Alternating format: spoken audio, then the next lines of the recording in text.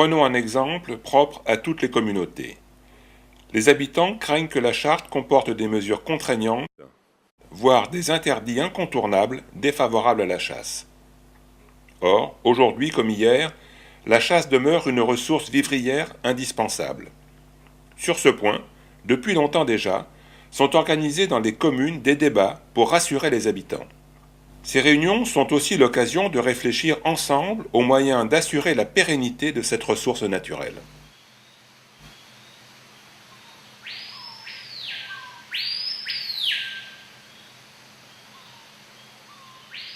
L'exemple du travail mené sur la chasse est l'exemple typique d'une action qui s'inscrit dans l'esprit de la charte. En effet, on s'est rendu compte que les populations ont besoin de chasser sur les territoires concernés par le parc et on s'est également rendu compte qu'il pouvait y avoir des fluctuations au niveau des stocks de gibier. À partir de là, il existe des réglementations, mais elles ne sont pas forcément bien comprises par les populations. L'établissement public du parc, avec ses partenaires, les services compétents, l'Office national de la chasse, de la faune sauvage et la direction de l'environnement, ont mis en place un vaste programme de travail qui regroupe plusieurs volets. Des enquêtes menées auprès d'environ 400 hommes en âge de chasser.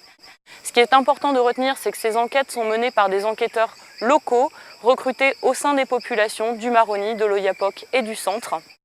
En parallèle, une évaluation des stocks de gibier, toujours sur ces 3 secteurs. Et enfin, un groupe de travail avec les autorités coutumières à Loukou pour mieux comprendre la signification et l'importance de la chasse de certaines espèces dans certains rituels traditionnels.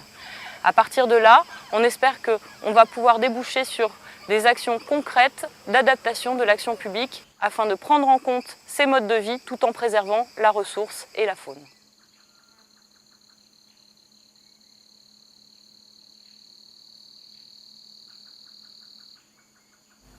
Il en va de même pour la pêche. À ce sujet, sur le fleuve Maroni, les autorités coutumières à Loukou agissent d'elles-mêmes pour réglementer la pêche à la livrée.